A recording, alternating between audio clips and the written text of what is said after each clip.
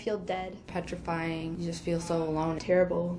I don't know any other way to explain it. It's like, it's a barrier. I can't do some of the things that I've wanted to do in life. I realized I had mental illness when I was in 6th grade. The middle of 7th grade. In 8th grade, I kind of started feeling depressed and anxious a lot. I noticed I was starting to just want to sleep more. I didn't want to engage in any activities. I was losing motivation for everything. I waited quite a long time. I actually didn't talk to someone until after I got out of my 2-year relationship, and I finally talked to my mom. My mom had realized it through my text messages. She saw the text messages saying that I wanted to kill myself, so she kind of went forward through doctor's appointments and found out that I was depressed. I actually went to my mom a month after I started noticing symptoms of depression. Then I started seeing a counselor. I was at Pine Rest for about 2 weeks at that time, and then I had gotten out and I felt really good.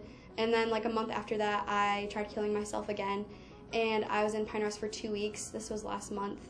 And I got out for 4 days, and then I went back for another week. In 9th grade, I had attempted suicide. That was probably the hardest thing I've ever had to go through in my life. I almost died. I was in a coma for a week, and we didn't know if I was going to survive or not, and I was completely unconscious, unaware of what was going on. I got diagnosed with bulimia. Whenever I eat, I binge eat and then I throw up, and that's been an on and off sort of thing from my depression and anxiety. Most people think that having depression is just your option.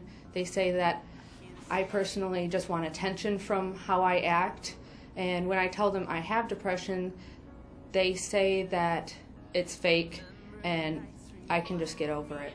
I distance myself a lot. I'll tell people don't talk to me when I really just want to be talked to. I have treated people pretty horribly because of what I've gone through, just because I didn't know how to deal with it or what was going on. My advice for anyone who's dealing with a mental illness or knows someone is to make sure that they're getting the help that they need and not afraid to talk about it. If you do see someone who might be a little bit down or even like just anxious all the time, I would just say something to them and make sure that they're okay, because you might miss a chance to say something and you never know if they could be gone the next day. Standing by their side, even if they're aggressive or mean or try to push you away, mostly they're pushing you away because they're afraid they're going to lose you.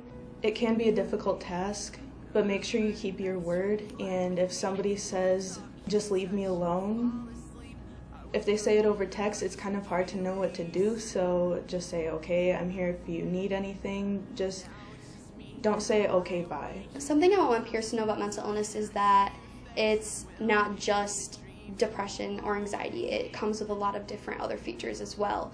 And being able to notice when someone is having issues with their mental health is really important. It's not fake.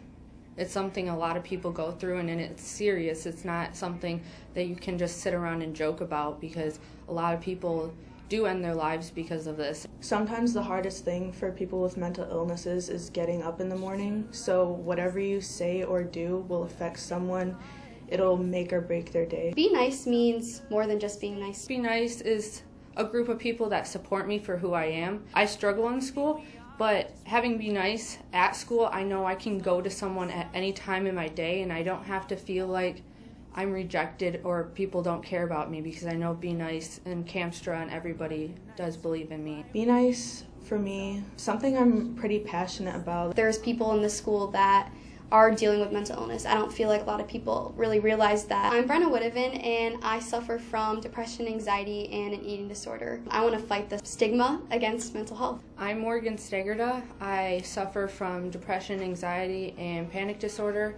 I'm fighting the stigma against mental health. I'm Elise. I suffer from depression and anxiety, and I'm fighting to stop the stigma.